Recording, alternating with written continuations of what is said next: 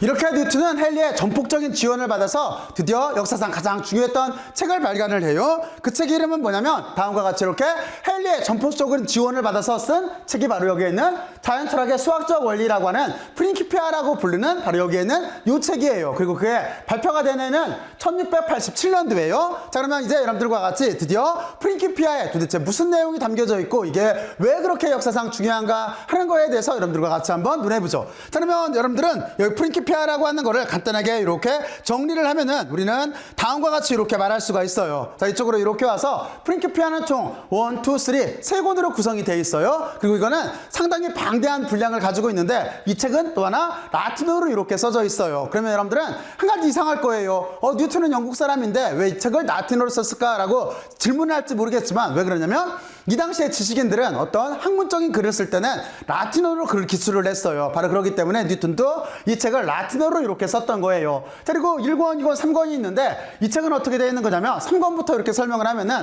3권은 1권과 2권에서 원리와 법칙을 만들었을 거잖아요. 그걸 바탕으로 해서 여기는 이렇게 지구의 세차 운동이라든가 달의 불규칙한 어떤 운동이라든가 주석의 운동이라든가 해성의 운동 등 같은 것들을 여기를 해결을 하려고 했던 거예요. 다시 말해서 여기에 보면은 뉴턴의 법칙이 나오고 또 하나 만유인력 법칙이 나오잖아요. 바로 이걸 바탕으로 해서 여기 있는 거는 자연의 현상들을 이렇게 해석을 하려고 했던 거예요. 여기를 그리고 또 하나 많은 문제들을 이렇게 해결을 해요. 그리고 여기에 보면은 2권은 어떤 거냐면 1권에서 진공 중에서 입자의 운동을 다루고 있다라고 한다면 여기는 저항 중에서 물체의 운동을 다루고 있어요. 그래서 요즘 말로 말하면 여기가 유차역학의 한 분야를 이렇게 다루고 있는데 여기는 저항이 있는 매질 속에서 운동을 다루는데 여기에는 약간 틀린 부분도 있어요. 자, 그리고 우리의 관점은 뭐냐면 여기에 있는 바로 여기에 있는 1권의 내용이에요. 여러분들이 1권에 들어있는 이 내용을 보게 되면은 뉴턴의 세 가지 법칙 그리고 여기 보면은 역제곱의 힘이라고 하는 게 나와요. 이쪽은 F = MA라고 하는 바로 거기에 대해서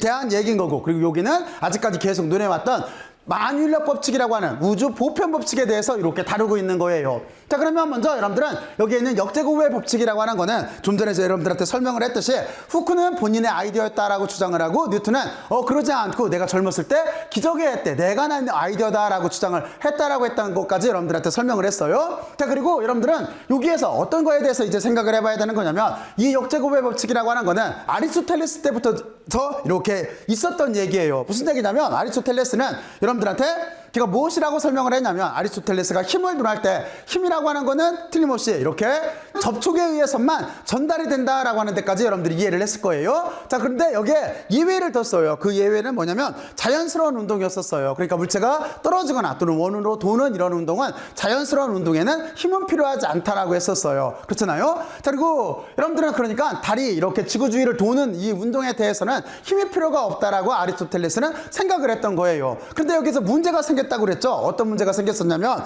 바로 이거예요. 왜냐면 이제 지구가 중심이 아닌 세상인 거예요. 그 전까지는 지구가 중심이었기 때문에 모든 물체는 지구의 중심으로 떨어지려고 했는데 그렇잖아요. 그리고 자연스러운 운동이라고 하는 거는 힘이 필요가 없이 운동을 할 수가 있었었는데 이제 개념이 바뀌었어요. 코페르니쿠스를 통해서 지구가 중심이 운동이 아니고 태양이 우주의 중심이 된 거예요. 그러면 문제가 생겼겠죠. 왜 그러냐면 지구의 중심이 아닌데 그러면 물체는 왜 지구의 중심으로 떨어질까 하는 이 문제가 생겼던 거예요. 그래서 거기에 대해서 답을 찾으려고 여기에는 아까 얘기했던 훅이나 또는 그 헨리나 또는 거기에 크리스토퍼 렌이나 이런 과학자들이 달라붙어서 그 문제를 해결을 하려고 하고 있었던 거예요. 그렇잖아요. 그랬을 때 결국에 가서는 누가 해결을 했냐면 여기에는 뉴턴이 만유인력 법칙을 이렇게 완성을 하면서 다시 말해서 우주의 보편 법칙을 완성을 하면서 해결을 했다라고 하는 데까지 여러분들한테 설명을 했어요.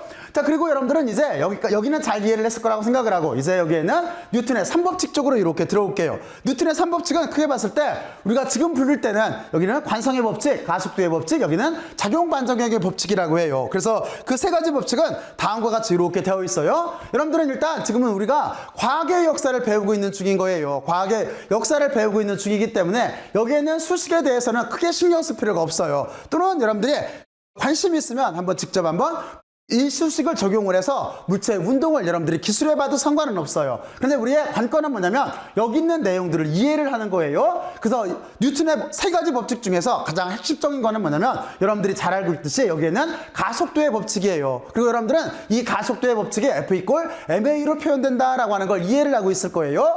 F라고 하는 거는 힘을 뜻하고 M이라고 하는 거는 여기에는 질량을 가진 물체를 뜻하는 거예요. 그리고 여기는 A라고 하는 거는 가속도를 뜻하는 거예요. 그러니까 무슨 뜻이냐면 물체가 힘을 받으면 가속해서 움직인다라고 하는 바로 그 뜻인 거예요. 근데 저식 한 방으로 뉴턴은 모든 물체의 운동을 다 다뤄요. 그렇잖아요. 지금 현대 물리학 입장에서 보면은 저식 한 방으로 우리는 물체의 운동도 기술할 수가 있고, 그리고 또 하나 회전 운동도 기술할 수가 있고, 진동도 기술할 수가 있고, 파동도 기술할 수 있고 등등등 하는 우리 주변에 있는 현상을 다 여기에는 뉴턴의 이 법칙 F=ma로 기술해서 이거를 다 우리가 해를 구할 수가 있는 거예요. 해를 구할 수 있다라고 하는 거는 무슨 뜻이냐면 미래를 예측할 수가 있는 거예요. 또는 과거를 알 수가 있는 거예요. 바로 그 뜻이에요. 자, 그러면 여러분들은 여기까지 일단 이렇게 생각을 해두고, 그리고 가속도의 법칙 외에 두 가지 법칙이 이렇게 더 있어요. 첫 번째는 뭐냐면 관성의 법칙이라고 하는 게 있어요. 이 관성의 법칙이라고 하는 거는 실제 이 아이디어는 내가 먼저 만든 게 아니라 갈릴레이가 먼저 이 생각을 했다라고 프린키피아에서 기술을 하고 있어요. 그러면 여기 있는 관성의 법칙을 그래서 어떻게 부르냐면 관성의 법칙 이렇게 부를 때도 있지만 정확하게 그걸 먼저 생각했던 사람 이름을 붙여서 갈릴레이의 관성의 법칙 보통 이렇게 부를 때도 있어요. 어쨌든 간에 여기는 관성의 법칙을 먼저 생각했던 거는 갈릴레이예요. 그런데 갈릴레이가 또 어떻게 생각을 하면 되는 거냐면 이 문제는 아리스토텔레스부터 영향을 받은 거예요. 그럼 아까도 말했지만 아리스토텔레스라고 하는 분은 어떻게 주장을 했냐면 물체가 운동을 하려면 반드시 힘이 필요하다고 했어요. 그리고 몇 가지의 자연스러운 운동이라고 해서 예외를 뒀어요. 근데 여기도 갈릴레이도 그거를 생각을 처음에는 그걸 계승해서 발전시켰던 거예요. 그래서 갈릴레이는 물체의 운동을 이렇게 세 가지로 구별을 했던 거예요. 하나는 자발적인 운동이 있어요. 그리고 두 번째는 비자발적인 운동이 있어요. 그러면 여러분들은 용어에서 무슨 뜻이겠구나 적당히 알 거예요. 그리고 세 번째는 자발적인 운동도 아니고, 그리고 또 하나 비자발적인 운동도 아닌 중간 형태의 운동 상태가 있는 거예요. 그리고 거기다 의미를 어떻게 붙였냐면 자발적인 운동은 어떤 거냐면 물체가 그냥 이렇게 떨어지거나 또는 물체가 원운동으로 돌거나 아리스토텔레스 말대로 자연스러운 운동, 이거를 갈릴레이는 자발적인 운동이라고 했어요. 이 자발적인 운동에는 힘이 필요하지 않다라고 이렇게 명제를 내렸어요. 그리고 두 번째, 힘이 필요할 때는 언제냐면 비자발적인 운동. 다시 말해서 물체가 떨어지는 거는 자발적인 운동인데 내가 얘를 들어 올릴 때는 힘이 들 수밖에 없잖아요. 바로 이런 식으로 때는 이렇게 힘이 필요하다라고 이렇게 정의를 했어요. 그리고 또 하나 힘이 필요하지 않은 운동을 또 하나를 찾아냈어요. 그건 뭐냐면 둘 사이의 중간 상태예요. 그 중간 상태는 어떤 상태냐면 물체가 이렇게 직선으로 떨어지거나 원운동을 하지 않고 물체는 또 하나 수평으로 움직일 수가 있어요. 이렇게 수평으로 직선 운동을 할 때를 갈릴레이는 힘이 필요하지 않는다라고 했어요. 그리고 여기에 갈릴레이의 유명한 사고 실험이 나온다라고 여러분들한테 설명을 했어요. 그건 뭐냐면 이렇게 U자를 만들어 놓은 트랙이에요. U자를 만들어 놓은 트랙에다가 여기다가 물체를 이렇게 올려놓으면 틀림없이 이 물체는 쭉 내려와서 원래 위치까지 올라가려고 할 거예요. 근데 여기에서 물체가 쭉 와서 원래 위쪽까지 올라가려고 할 때 이쪽을 이렇게 피는 거예요. 그러면 물체는 틀림없이 이렇게 원래 있던 위치까지 올라오려고 더 먼 거리를 이동할 거예요. 그리고 여기를 더 이렇게 기울기를 피게 되면은 물체는 원래 있던 위치까지 올라오려고 더 멀리까지 움직일 거예요. 그런데 만약에 이쪽을 지평면하고 수평으로 이렇게 만들어 놓으면은 여기서 내려온 물체는 어떻게 되겠어요? 원래 있던 위치까지 올라가려고 계속 직선 운동을 할 거다라고 생각한 게 갈릴레이고, 바로 이런 거를 우리가 관성력이라고 하자라고 생각을 했던 게 갈릴레이예요. 근데 이 생각이 과연 옳을까요? 실제는 여기에는 불충분한 게 있죠. 왜 그러냐면 갈릴레이는 이걸 영원히 직선 운동을 한다라고 생각을 했는데 실제는 이렇게 되는 게 아니라 어떻게 돼요? 원래는 수평면을 따라서 우리가 이렇게 평면을 따라서 움직일 때는 수평면일 때일지도 몰라도 그 배경 자체가 지구라고 생각을 하면은 지구의 표면을 따라서 움직이게 되면 어떻게 돼요? 원운동이 되는 거죠. 바로 이렇게 원운동이 돼요. 그래서 갈릴레이는 관성의 법칙을 이렇게 아리스토텔레스가 했던 개념에서 엄청나게 정밀하고 정확하게 이해는 했지만 뉴턴만큼 정확하게 이해하는 거는 아니었던 거예요. 그래서 뉴턴은 여기를 어떻게 적용을 시키냐면 아까 여러분들한테 부연 설명을 했지만 만유인력 법칙을 찾을 때 뉴턴은 어떤 식으로 생각을 한 거냐면은 처음에는 뉴턴은 다음과 같이 이렇게 두 가지 힘이 이렇게 원심력과 이렇게 지구가 당기는 힘이 서로 균형을 이뤄서 물체가 이렇게 떨어지지 않는다라고, 달이 떨어지지 않는다라고 생각을 했었어요. 그랬다가 나중에 후크의 영향을 받아서 이게 아니라 틀림없이 여기에 접선 방향으로 지구는 이렇게 당기는 거고 접선 방향에 힘을 받는다라고 하는 걸 이제 이해를 했던 거예요. 그리고 뉴턴은 어떤 걸 추적을 했냐면 바로 이거예요.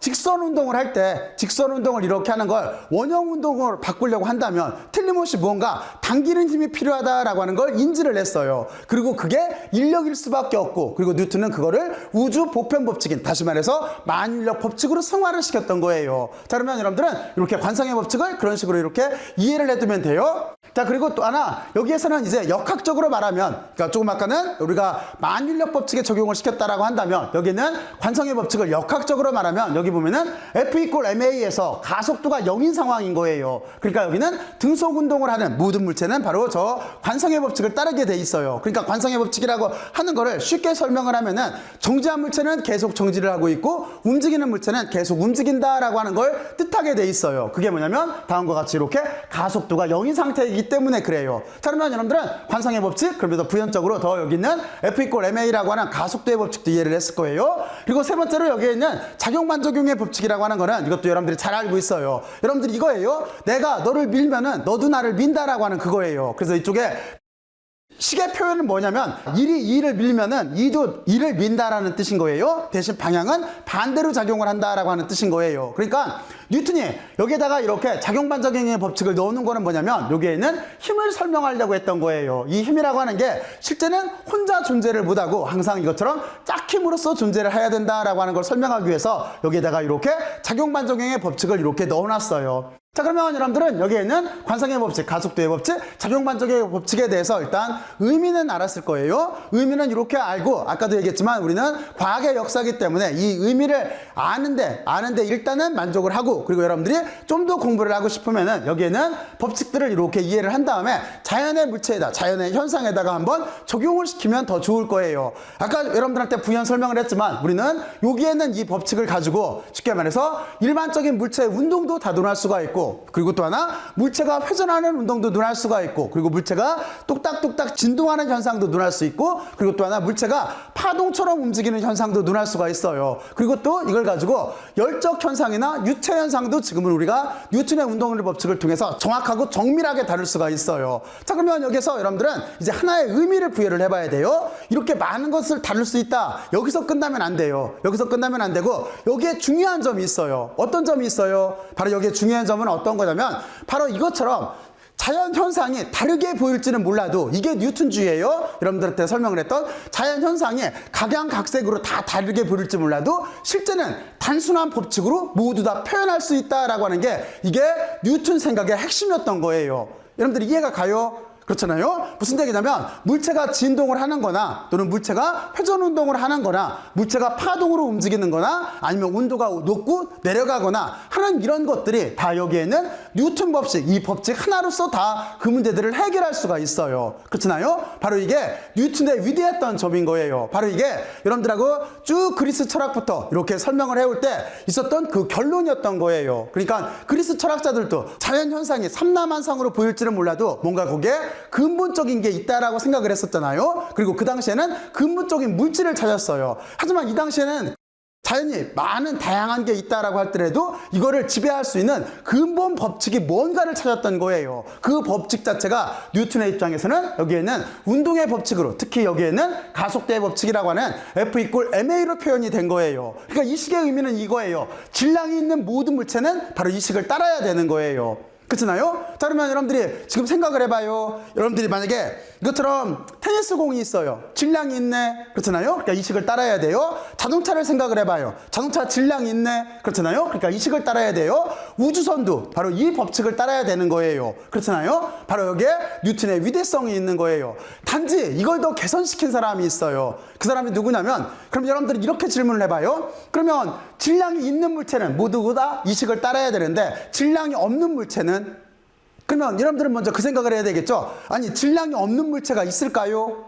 질량이 없는, 존재하지 않는 물체가. 그런데 있어요. 여러분들은 지금도 보고 있어요. 그게 뭘까요? 맞아요. 그게 바로 빛이에요. 빛. 빛은 질량이 없어요. 바로 이걸 다뤘던 게 아인슈타인의 특수상대성 이론하고 일반상대성 이론이었던 거예요. 그러니까 아인슈타인의 특수상대성 이론이 질량이 있는 물체에서 위배되는 질량이 없는 물체, 그리고 또 하나 속도가 엄청나게 빠른 물체를 다뤘다라고 한다면, 아인슈타인의 일반상대성 이론이 뉴턴이 만들었던 중력 이론에 대해서 더 보편적인 해를 냈던 거예요. 이런 식으로 과학의 역사는 연결고리처럼 한 사람이 뭔가를 해내면 뒤 후대가 다시 연결 연결고리를 만들어서 이어서 나가면서 축적돼 나가는 거예요. 자연의 과학 법칙이라고 하는 자체는 맞고 틀리는 게 없어요. 현재까지 알고 있는 상황인 거예요. 그리고 여러분들도 틀림없이 이 중에서 누군가는 틀림없이 그 하나의 연결고리를 만들어 나가는 사람들이 여러분들 중에 틀림없이 있을 거예요. 자, 그러면 여러분들은 여기까지 이렇게 생각을 해놓고 이제 여기에 뉴턴의 이렇게